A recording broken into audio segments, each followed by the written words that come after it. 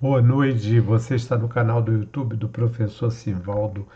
Hoje é dia 19 de maio de 2024, domingo, finalzinho de domingo. Já quero desejar a todos uma feliz semana, uma semana muito promissora, cheia de realizações. E na postagem de hoje estarei falando sobre o decreto de 18 de agosto de 1817, que foi assinado pelo rei Dom João VI, concedendo a Sebastião Fábrega Sorigui o privilégio exclusivo para estabelecimento de costas e sedes entre a cidade, né, no caso Paço Imperial, né, ou atualmente Praça 15, e os palácios de Santa Cruz e da Quinta da Boa Vista. É muito interessante esta postagem porque praticamente é a inauguração, é o início da história da concessão pública para o transporte, né? Anteriormente não existia isso. E lembrando Santa Cruz, já me fizeram essa pergunta, como é que era feito o deslocamento dos monarcas, dos membros da realeza naquela época e período anterior a isso.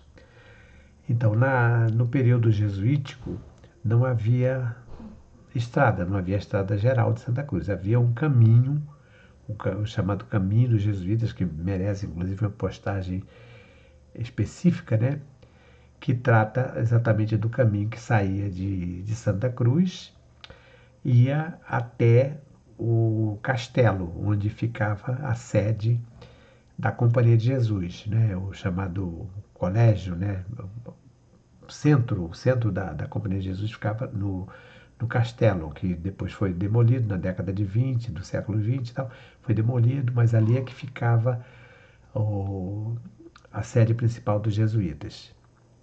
Então, quando os padres precisavam ter alguma audiência, fazer alguma reunião, cumprir alguma das normas, inclusive até mesmo levar bens, levar dinheiro, né, tudo isso, porque a fazenda era muito produtiva.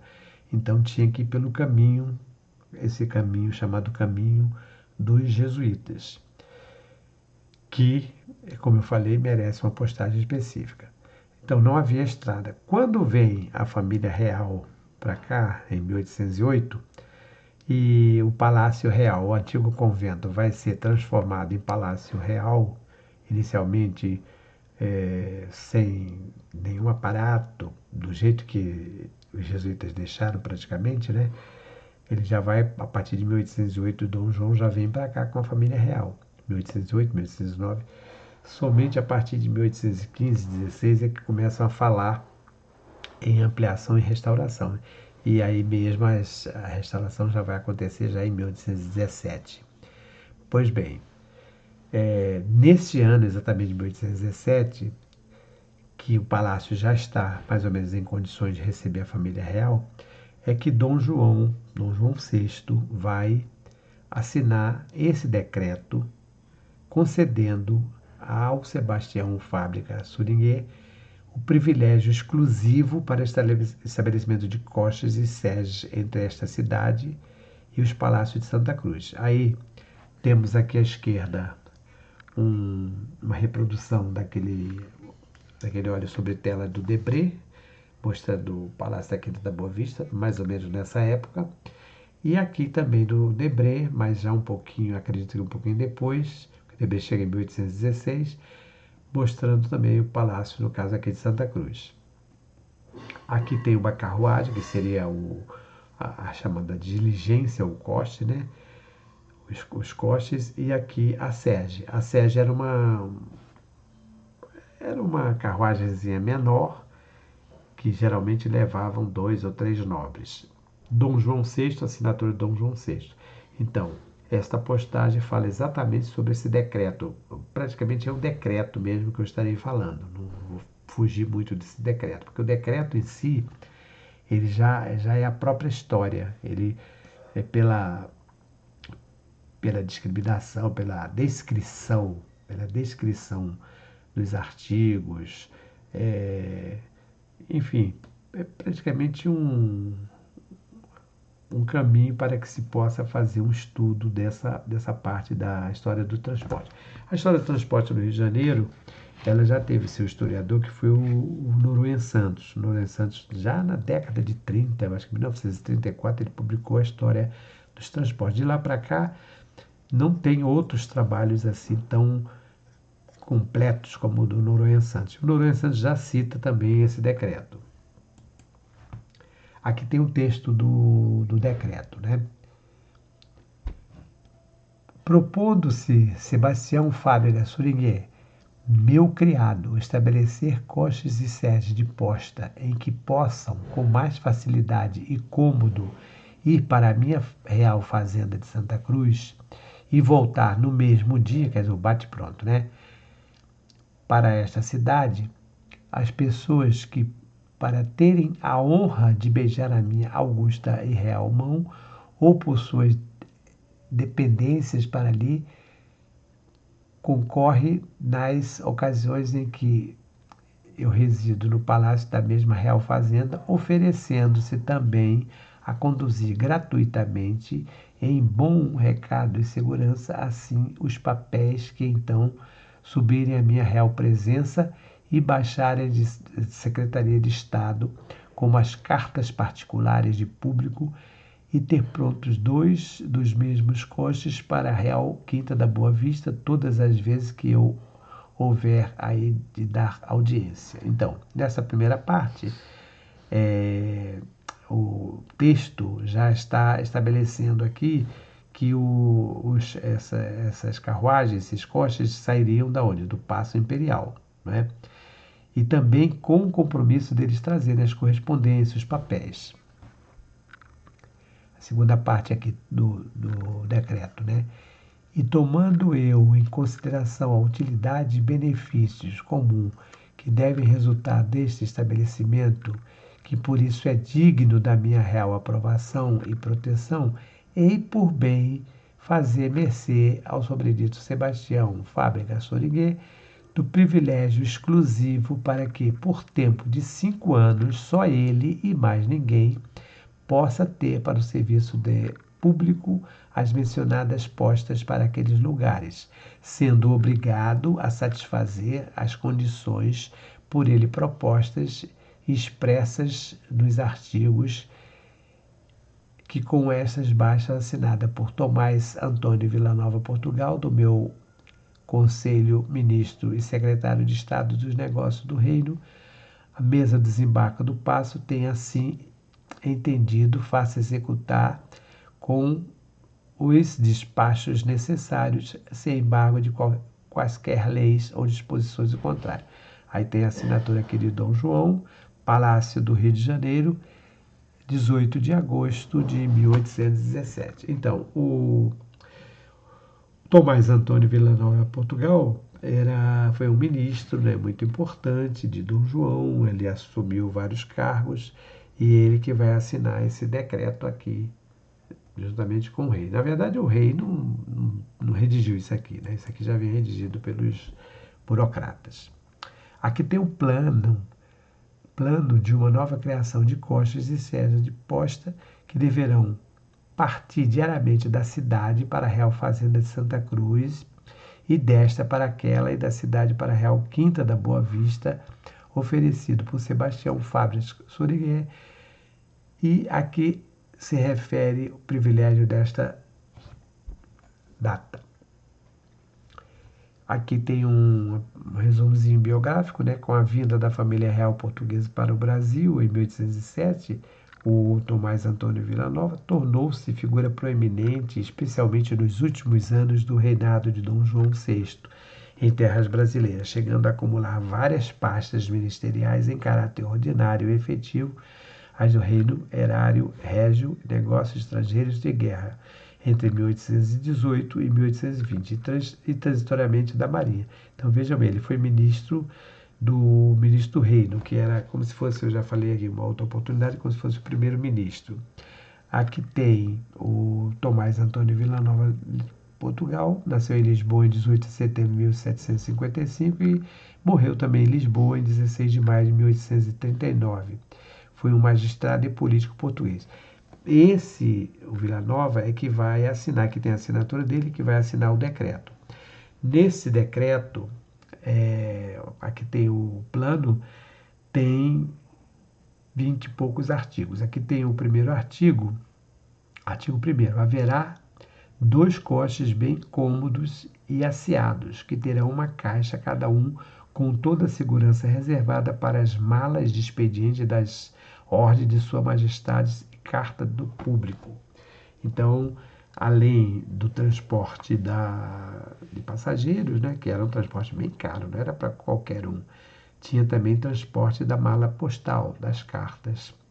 Artigo 2º. O coche será tirado por 4 animais com 4 mudas postas nos lugares que forem cômodos, sem contar que sair da cidade. Então, quando ele saía da cidade, ele passava por determinados locais, por exemplo, Campinho, Paciência, Realengo, e cada local desse havia uma substituição dos cavalos, para que não houvesse sacrifício dos cavalos. O artigo 3º. Este partirá todos os dias para a Real Fazenda de Santa Cruz às 4 horas da madrugada e deverá lá chegar às 9 até 9h30 horas da manhã, quer dizer, dando um espaçozinho de tempo, né? Era uma viagem bem longa, né? O mesmo partirá da Real Fazenda de Santa Cruz para a cidade até às 5h30 horas da tarde, no caso do retorno. Deverá chegar aqui às 10h30 horas da noite. Quer dizer, era uma viagem de ida e volta no mesmo dia. Porque não havia como todo mundo que fosse viajar ficar hospedado em Santa Cruz, né? Até porque por exemplo, alguns parlamentares, né, ou diplomatas, ou próprios ministros, eles iam e voltavam. Artigo 5º. Em cada coche haverá comodidades e lugares para 6 ou 8 passageiros, e cada um poderá levar uma pequena mala que não exceda o peso de 10 libras. Artigo 6º. Os lugares serão numerados e toda pessoa tomará aquele que lhe designar o seu bilhete. Quer dizer, era tudo muito bem organizado, tinha que comprar o bilhete com antecedência. Aqui eu coloquei uma imagem de um coche Dom Pedro II, viatura do aparato com decoração de talha dourada em estilo francês de Luís XIV. Não era exatamente esse aqui que fazia a viagem, era uma diligência mais simples, né? Embora confortável, como está se prevendo aqui. O artigo 7º. Toda pessoa que quiser ir pela posta deverá buscar no dia antecedente na casa da posta o bilhete de número que lhe competir, pagando logo. Quer dizer, o pagamento teria que ser feito com antecedência, não podia deixar para pagar depois.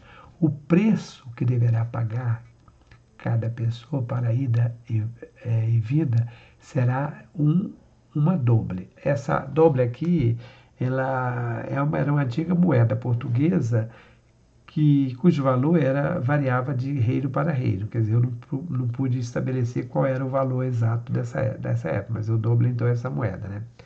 Artigo 9º.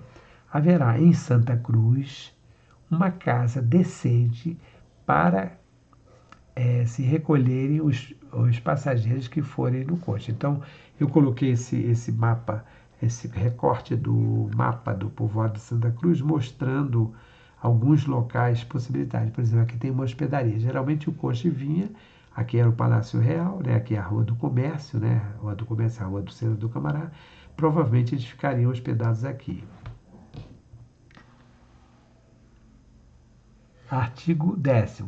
Na mesma, né, no caso de Santa Cruz, né, se acharão quarto de hospedaria para as pessoas que quiserem pernoitar. Então, além daquelas pessoas que iam e voltavam no mesmo dia, também tinha essa hospedaria aqui que eu mostrei para vocês aqui. Quem quisesse ficar hospedado, então poderia permanecer ali, né? O coche partirá às horas destinadas para a sua partida, posto que não compareça qualquer das pessoas que devem ir nele. aqui não estou conseguindo enxergar direito, mas que havia um regulamento para que as pessoas cumprissem, né, a questão do horário. Toda pessoa que for pela posta e não quiser voltar no mesmo dia, poderá dar o seu bilhete a quem quiser. Então havia também essa possibilidade para a transferência, né, se alguém quisesse ficar em Santa Cruz e passar para um outro passageiro. Aqui tem uma imagem que eu tirei do Correio da Manhã de 15 de julho de 1954, de um artigo assinado por Dunlop, que escreve também sobre a história do transporte no Rio de Janeiro. Continuação do texto do decreto. Artigo 13º. Ficando-se, porém, com o bilhete, só poderá ser reintegrado a seu lugar em outra ocasião que houver vaga, sendo preferido pela antiguidade da data de seu bilhete, o qual deverá apresentar ao administrador 1 hora antes da saída da posta para subir ali não no lugar vago. Quer dizer, se houvesse uma necessidade de permanecer e não quisesse passar para outra pessoa, teria que ir lá para poder garantir uma outra viagem, né? Enfim, tem aqui as demais regras, né?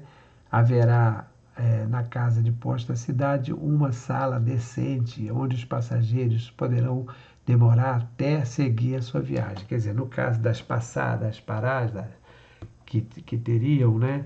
Então eles teriam um local que eles pudessem sair, um banheiro, naturalmente, né?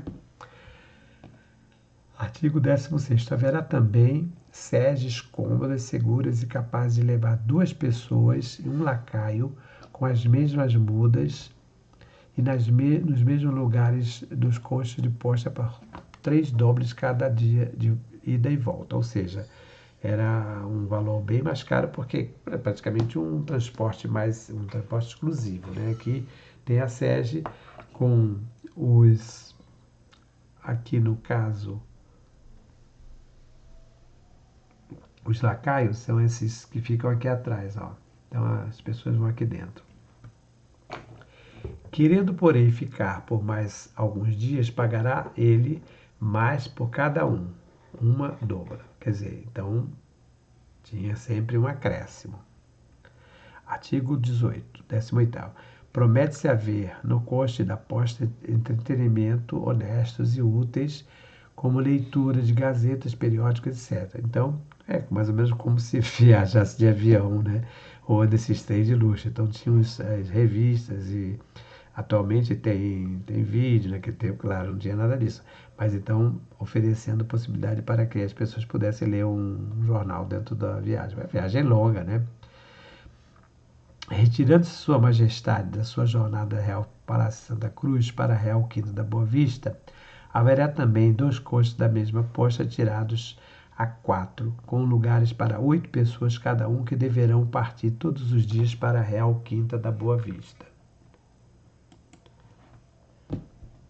Artigo 20º. O primeiro coche deverá partir impreterivelmente, estando Sua Majestade na quinta às 4 horas da tarde e 12 tostões para cada pessoa de ida e vinda. Artigo 21º. O segundo partirá impreterivelmente às 6 horas da tarde e às 8 tostões. Então, nesse dia que a Majestade, o rei, estivesse aqui, eram 2, né? Voltar para a cidade depois da audiência de Sua Majestade, porque talvez não desse tempo para que todos pudessem viajar, então o primeiro grupo vinha, né? Aqui tem o beijamão.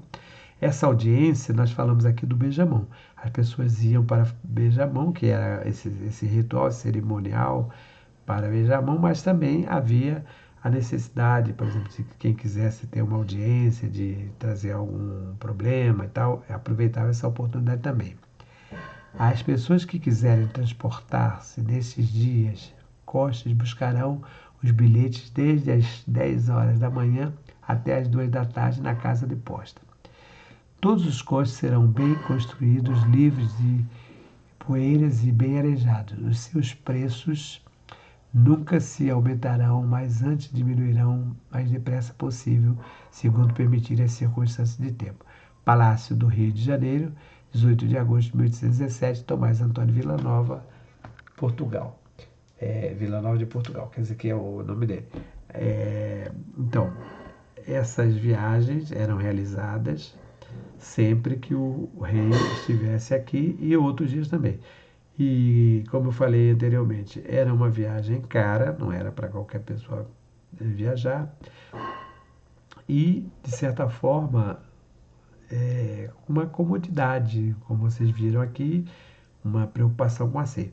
Esse Sebastião Fábrega Soringuer, ele não fica muito tempo com essa concessão. Depois ele vai passando para outros, mas essa viagem de diligência continua.